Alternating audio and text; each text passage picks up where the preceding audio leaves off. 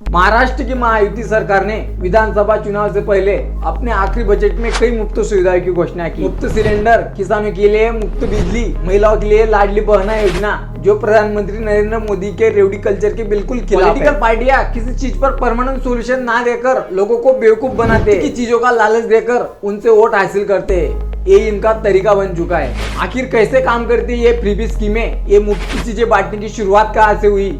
ये मुफ्त की रेवड़ी बांटना किस हद तक सही है और गलत? सुप्रीम कोर्ट में जब ये मामला गया तो उनके निर्देश चौंकाने वाले थे। तो आइए आज की इस वीडियो में इसे डिटेल में समझने की कोशिश करते हैं। हम एग्जांपल लेते हैं देश के अन्नदाता किसानों का कि किस तरह से ये पॉलिटिकल पार्टियां किसानों को ट्रीट करती है। प्रधानमंत्री नरेंद्र मोदी जी ने किसानों के लिए पीएम किसान सम्मान निधि की घोषणा की। इस योजना के जरिए किसानों को हर साल 6,000 रुपए दिए जाते हैं। अभी हाल ही में महाराष्ट्र सरकार ने किसानों के लिए मुफ्त बिजली की घोषणा की है।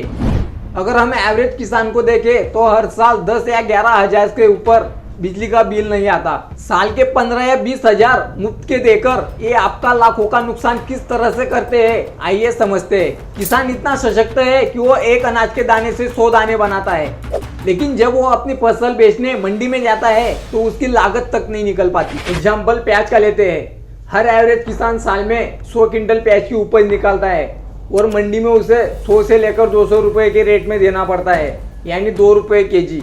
आप अंदाजा लगा सकते हो आज के इस महंगाई भरे जमाने में 2 रुपए में ढंग की चॉकलेट तक नहीं मिलती। इसको अगर फिक्स रेट मिले स्वामीनाथन आयोग के सिफारिश अनुसार तो मिनिमम प्याज को 3,000 रुपए का रेट मिलेगा, यानी मिनिमम 30 रुपए केजी। इस रेट के अनुसार अगर हम पकड़े तो किसान को हर साल 2500 का हर क्विंटल के पीछे नुकसान होता है। अगर हम कैलकुलेट करें 2500 इंटू 100, 2,50,000 का नुकसान तो सिर्फ एक फसल के पीछे किसान को होता है। किसान साल में मिनिमम 3 फसल लेता है, तो आप अंदाजा लगाइए किसानों को साल में नुकसान कितना होता है। और ये किसानों को देते क्या है? 15-20 हजार रुपए। सोचने वाली बात है।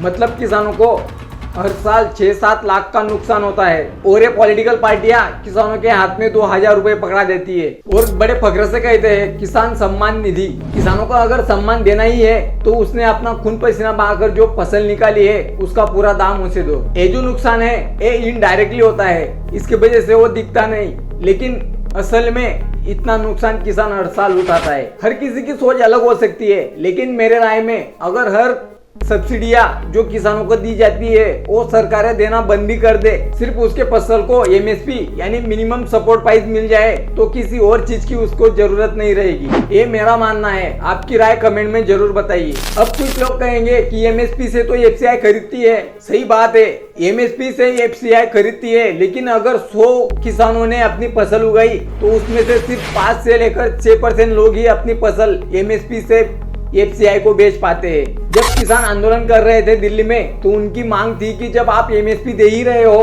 तो उसका कानून बनना चाहिए कि एमएसपी से कम दाम में मंडी में फसल ना बिके। मांग रहे हैं एमएसपी गारंटी कानून C2 प्लस 50%। जैसे बोला जा रहा है कि अगर एमएसपी खरीद की गारंटी का कानून बनाना है तो उसके लिए कमेटी आवश्यक है। तो हम बताना चाहेंगे, आपको कल भी बताया था कि जो CACP की रिपोर्ट के अनुसार देश के 23 फसलों के ऊपर सरकार पूरी तरह कैलकुलेट कर MSP 23 फसलों का ऐलान करती है।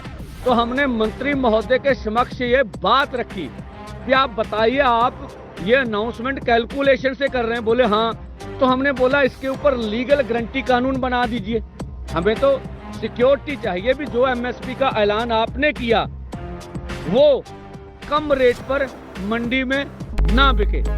इससे होगा ये कि 100% किसानों को इसका फायदा होगा। ऐसा कानून अगर बनता है तो हर किसान को मिनिमम सपोर्ट प्राइस मिलेगा, मैक्सिमम नहीं बल्कि मिनिमम सपोर्ट प्राइस मिलेगा, जिससे किसान अपना गुजारा कर सके और बच्चों को अच्छी शिक्षा दे सके। फ्रीबी का मतलब है ऐसी कोई भी चीज जो आपको फ्री में दी जाए। प्राइम मिनिस्टर नरेंद्र मोदी जी ने इसे रेवड़ी संस्कृति कहा था। इस शब्द का इस्तेमाल उन्होंने 16 जुलाई 2022 को राज्य सरकार द्वारा दी जाने वाली मुफ्त की चीजों के समस्या पर किया था। अब ऐसा भी नहीं है दोस्तों कि सभी फ्री में दी जाने वाली चीजें गलत है। इनमें ऐसी भी चीजें शामिल है जिनकी जरूरत लोगों को सही में होती है और उन्हें वो दी जाती है। इसे हम 2 पार्ट में समझने की कोशिश करते हैं, फ्रीबीज और welfare policies.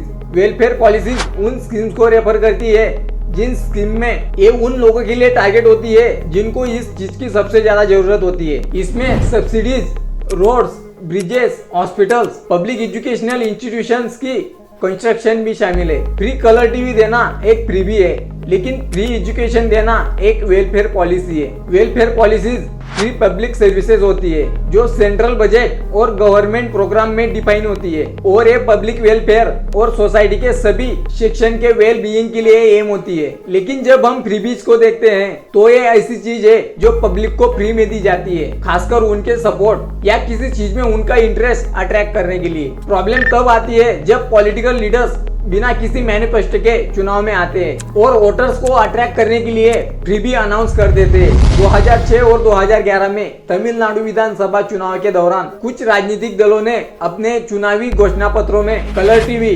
Grinder, mixer, electric पंखे, लैपटॉप, कंप्यूटर, 4 ग्राम सोने की थाली, इसके जैसे और कई मुफ्त चीजों की घोषणा की थी। मद्रास हाईकोर्ट के अधिवक्ता एस सुब्रमण्यम बालाजी ने 2013 में चुनाव आयोग के खिलाफ याचिका दायर की थी। उनके अनुसार पार्टियों के घोषणा पत्र में शामिल मुफ्त चीजें चुनावी अपराध है। साथ ही उन्होंने कहा कि इस तरह की प्रथाएं संवैधानिक प्रावधानों के विरुद्ध है। उनका मुख्य तर्क यह था कि चुनावी घोषणा पत्रों में गैर जरूरी वस्तुओं का मुफ्त देने का वादा जन प्रतिनिधित्व अधिनियम की धारा 123 के तहत चुनावी रिश्वत के बराबर है। मुफ्त चीजों का इतिहास बहुत पुराना है। लगभग 140 ईसा पूर्व में रोमन गणराज्य के पतन के बाद निरंकुश साम्राज्य ने रोम पर शासन किया। उस समय लोग भूख से मर रहे थे, शहरों में भीड़भाड़ थी और सफाई की कोई व्यवस्था नहीं थी। लोगों ने सरकार के खिलाफ दंगे शुरू कर दिए। समस्या का समाधान करने के लिए रोमन सरकार ने अनाज, रोटी, मांस जैसे खाद्य पदार्थ फ्री कर दिए और सड़कों पर परेड, त्योहार, रथदौड़ और जानवर की लड़ाई जैसे मुफ्त इंटरटेनमेंट का आयोजन किया। इन सब के चलते लोग मुफ्त खाना और मनोरंजन में व्यस्त हो गए और उन्होंने उस अधिकारी पर सवाल नहीं उठाया जिसने शहरों के विकास के लिए कुछ नहीं किया था। मुफ्त उपहारों के मामले में सुप्रीम कोर्ट में बहस हो चुकी है। 2021 में रेवड़ी संस्कृति का अस्तित्व तब सामने आया जब बीजेपी नेता अश्विनी उपाध्याय की याचिका पर पॉलिटिकल पार्टियों द्वारा दी जाने वाली वोटर्स को मुफ्त चीजें देने या देने के खिलाफ एक याचिका दायर की गई और मामला सुप्रीम कोर्ट पहुंचा। सुप्रीम कोर्ट ने सुनवाई के दौरान रेवड़ी संस्कृति को गंभीर माना और कहा कि अर्थव्यवस्था को पैसे और लोगों के कल्याण के बीच संतुलन बनाना होगा और सरकारों को सलाह दी कि वो उन पर पुनर्विचार करे और समीक्षा करे कि क्या सच में लोगों को उन्हें मुफ्त की चीजें देनी चाहिए। पॉलिटिकल लीडर्स किसी भी समस्या का परमानेंट सोल्यूशन देने के लिए इसलिए भी कतराते हैं क्योंकि ये उनके लिए तुरंत पॉलिटिकल फायदा नहीं लाता। इलेक्शन के दौरान उनका ध्यान